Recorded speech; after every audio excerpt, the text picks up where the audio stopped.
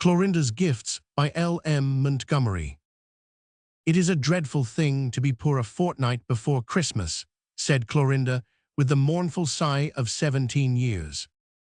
Aunt Emmy smiled. Aunt Emmy was 60 and spent the hours she didn't spend in a bed, on a sofa, or in a wheelchair, but Aunt Emmy was never heard to sigh.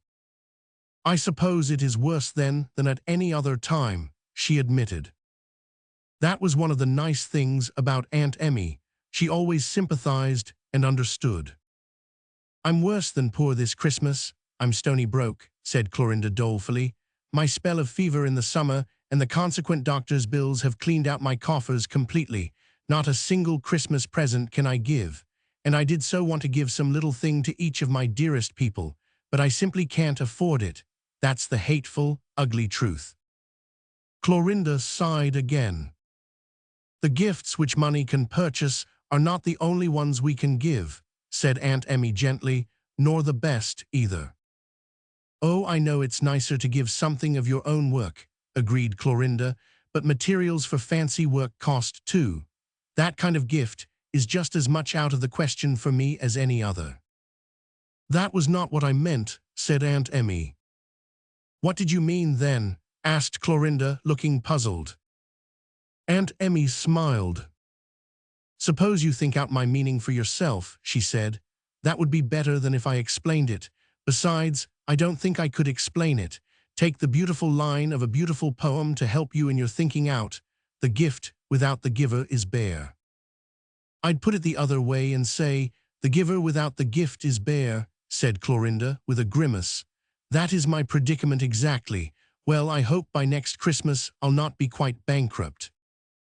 I'm going into Mr. Calendar's store down at Murraybridge in February. He has offered me the place, you know." "Won't your aunt miss you terribly?" said Aunt Emmy gravely. Clorinda flushed. There was a note in Aunt Emmy's voice that disturbed her. "Oh yes, I suppose she will," she answered hurriedly. "But she'll get used to it very soon. And I will be home every Saturday night, you know. I'm dreadfully tired of being poor, Aunt Emmy, and now that I have a chance to earn something for myself, I mean to take it. I can help Aunt Mary, too. I'm to get $4 a week." "I think she would rather have your companionship than a part of your salary, Clorinda," said Aunt Emmy. "But of course you must decide for yourself, dear. It is hard to be poor. I know it. I am poor." "You poor," said Clorinda, kissing her. "Why, you are the richest woman I know, Aunt Emmy, rich in love and goodness and contentment. And so are you, dearie, rich in youth and health and happiness and ambition. Aren't they all worthwhile?" "Of course they are," laughed Clorinda. "Only, unfortunately, Christmas gifts can't be coined out of them." "Did you ever try?" asked Aunt Emmy. "Think out that question too in your thinking out, Clorinda." "Well, I must say bye-bye and run home. I feel cheered up. You always cheer people up, Aunt Emmy. How gray it is outdoors. I do hope we'll have snow soon. Wouldn't it be jolly to have a white Christmas? We always have such faded brown Decembers." Clorinda lived just across the road from Aunt Emmy in a tiny white house behind some huge willows. But Aunt Mary lived there too, the only relative Clorinda had, for Aunt Emmy wasn't really her aunt at all. Clorinda had always lived with Aunt Mary ever since she could remember. Clorinda went home and upstairs to her little room under the eaves, where the great bare willow boughs were branching athwart her windows. She was thinking over what Aunt Emmy had said about Christmas gifts and giving. "I'm sure I don't know what she could have meant," pondered Clorinda. "I do wish I could find out if it would help me any. I'd love to remember a few of my friends at least. There's Miss Mitchell. She's been so good to me all this year and helped me so much with my studies. And there's Mrs. Martin out in Manitoba. If I could only send her something. She must be so lonely out there. And Aunt Emmy herself, of course, and poor old Aunt Kitty down the lane, and Aunt Mary, and yes, Florence too, although she did treat me so meanly. I shall never feel the same to her again.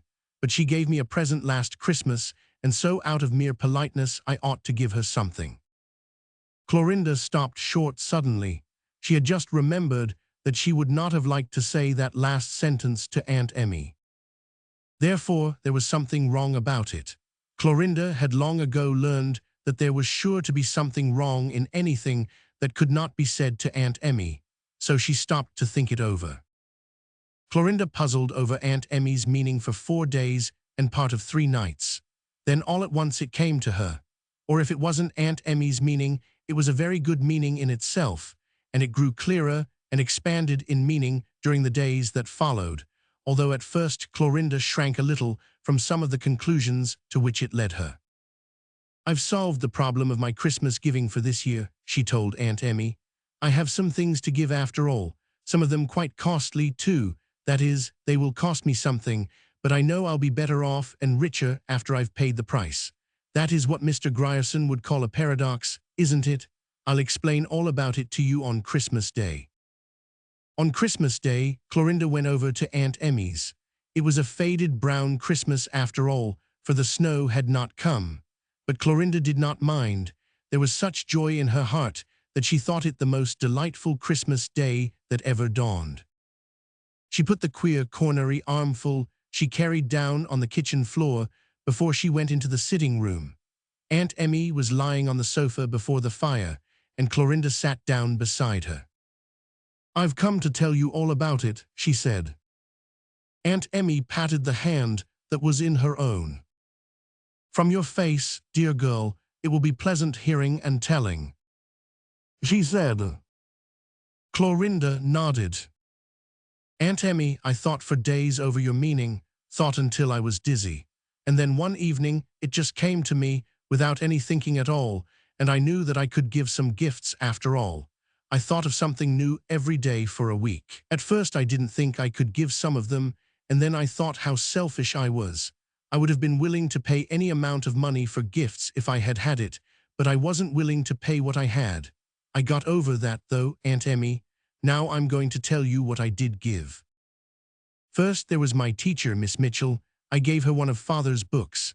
I have so many of his, you know, so that I wouldn't miss one, but still, it was one I loved very much, and so I felt that that love made it worthwhile.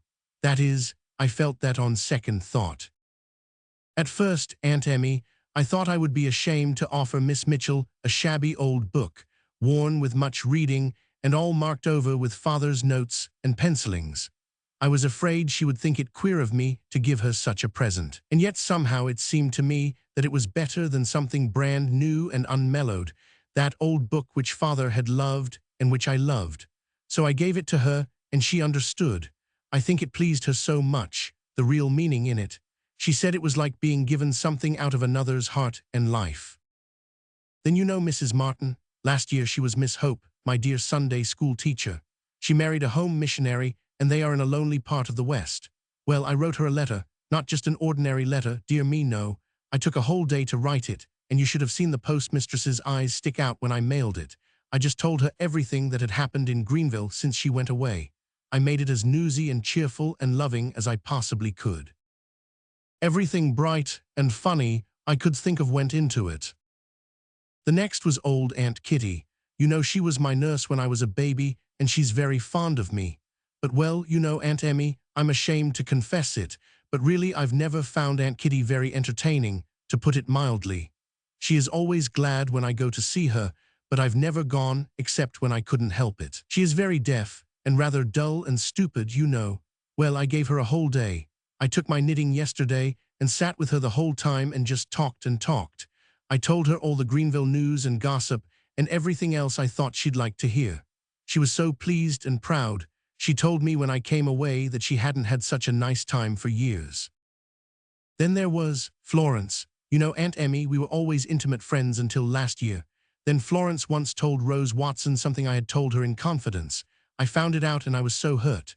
I couldn't forgive Florence, and I told her plainly I could never be a real friend to her again. Florence felt badly because she really did love me, and she asked me to forgive her, but it seemed as if I couldn't.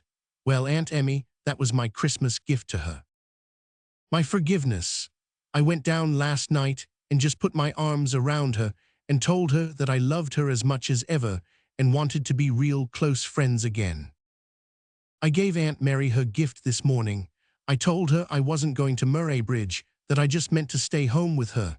She was so glad, and I'm glad too, now that I've decided so. Your gifts have been real gifts, Clorinda, said Aunt Emmy. Something of you, the best of you, went into each of them. Clorinda went out and brought her cornery armful in. I didn't forget you, Aunt Emmy, she said, as she unpinned the paper. There was a rosebush, Clorinda's own pet rosebush, all snowed over with fragrant blossoms. Aunt Emmy loved flowers. She put her finger under one of the roses and kissed it. It's as sweet as yourself, dear child, she said tenderly, and it will be a joy to me all through the lonely winter days. You've found out the best meaning of Christmas giving, haven't you, dear? Yes, thanks to you, Aunt Emmy, said Clorinda softly.